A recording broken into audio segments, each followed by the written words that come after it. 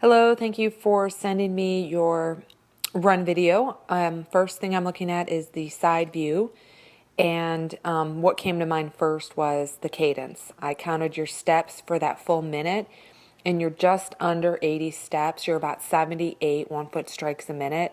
Ideally, we want to first get that up to 80, and then we want to target 85 to 90 1-foot strikes a minute for efficiency, injury prevention, and just a little bit faster. Having said that, you should be able to hold an 85 to 91 foot strikes a minute at any speed. Most people get there at first just by running faster, and that's not how I want you to get there. I actually want you to get there with doing a series of running drills, which I'll describe here shortly. I'm also looking at your chin's a little bit high. I think you're watching the TV, so that's probably why. Again, I just want to point out, running on the treadmill isn't ideally how you run outside. You may actually change it based on the terrain, but running on the treadmill gives me a lot better view of what you look like rather than, than running outside. So just be mindful of tucking your chin a little bit, kind of glaring in front of you, but not forward, a little bit more downwards, because that's going to help you lean forward. So it's a little bit more difficult to lean forward when you're on a treadmill, but that's something you want to be aware of when you're running outside. So the next video I'm looking at is the back view.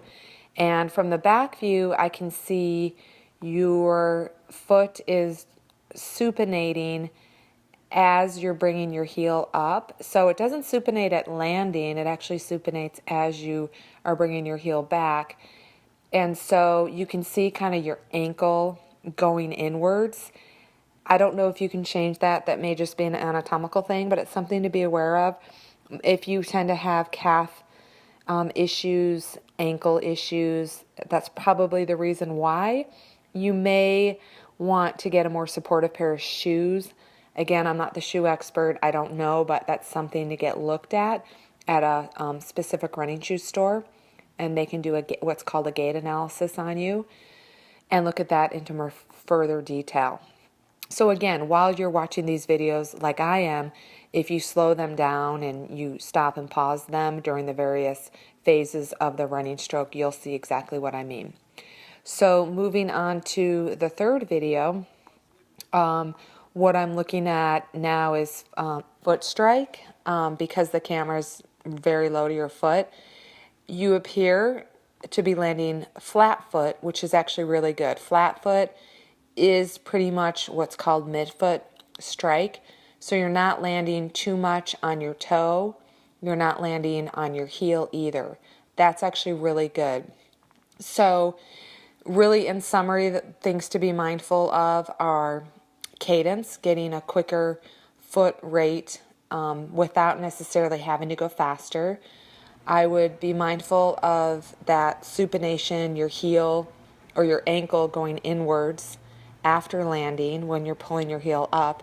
And I'd also be more mindful of pulling your heel up a little bit more towards your bottom and leaning forward. All that kind of goes together. If you change one thing, you're going to change other things. So I'll send you a couple drills to do. Butt kicks, definitely. Butt kick drills are going to help you bring your heel up. They're also going to help with your foot strike as well as leaning forward. So just one drill is going to accomplish three of the things that I want you to be mindful of. I'll have you do some accelerations where you're doing quick, 20 to 30 second bursts where you're just primarily focused on leg speed, less on running speed, but really focused on that leg speed. Downhill running on a very light downhill grade will help you with that leg speed. And a few other things that I will send you in an email. So hopefully this helped. It's kind of a lot, not too confusing, but if you have questions, just shoot me an email. Thanks.